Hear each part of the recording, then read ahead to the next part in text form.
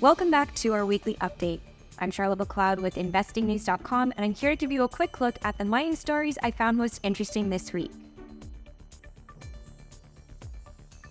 It was another record-breaking week for gold, with the yellow metal surging past $2,400 per ounce for the first time ever. Some market watchers are pointing to safe haven demand as the reason for the surge as tensions rise in the Middle East. Other experts think there are less obvious factors at play. A few that I've heard mentioned are activity in the options market and COMEX net managed money. But in many cases, I'm seeing the suggestion that we just don't know what's happening yet. It's worth noting that gold's price surge comes after the latest U.S. Consumer Price Index data. The April 10th report shows inflation came in hotter than expected, clocking in at 3.5% in March. That's up from 3.2% the previous month. Core CPI, which excludes the volatile food and energy segments, stayed flat at 3.8%. The U.S. Federal Reserve has consistently said it wants to see inflation under control before it begins cutting interest rates. And with its 2% target not getting any closer, there's speculation that the central bank will keep delaying its turnaround. Gold fares better when rates are lower, and it's interesting to see such strength while they're high. Even so, I'm seeing a lot of questions about whether gold's price move is real, and this week I asked Gareth Soloway of verifiedinvesting.com for his perspective.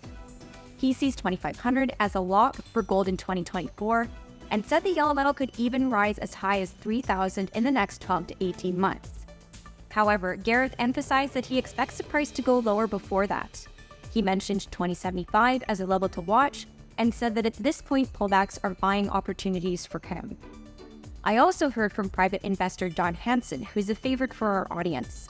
Don got in touch and was keen to share his research on the relationship between the gold price and U.S. money supply. By looking at historical data from two previous bull markets, he showed how gold still appears to have quite a bit of room to run.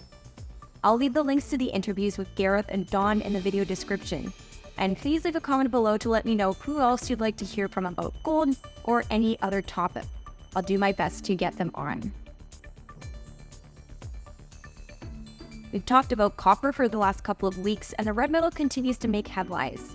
This week it was trading around levels not seen since early 2023, and although the CPI release weighed on prices a little, copper is up solidly since January. Large investment firms are taking note. Analysts at Citigroup said copper has entered its second secular bull market this century, while Bank of America has raised its 2024 price target for the base metal to just over $9,300 per metric ton. Copper's rally is being driven by increasingly tight supply and strong demand. Finally, I want to talk briefly about a development in the rare earth sector. Hancock Prospecting, which is run by Australian billionaire Gina Rinehart, was revealed to have acquired a 5.3% stake in U.S. rare earths producer MP Materials. Hancock is focused mainly on iron ore and has begun to diversify within the resource sector. The company declined to comment on its connection to MP Materials, but market watchers have reportedly speculated that it may be buying more shares. MP Materials is the second largest rare earth producer outside of China. I'll leave the links to these stories in the video description if you'd like to learn more. That's all for this week. If you like this video, make sure you subscribe to our channel. We'd also love to hear your thoughts, so leave us a comment below. We'll see you next time.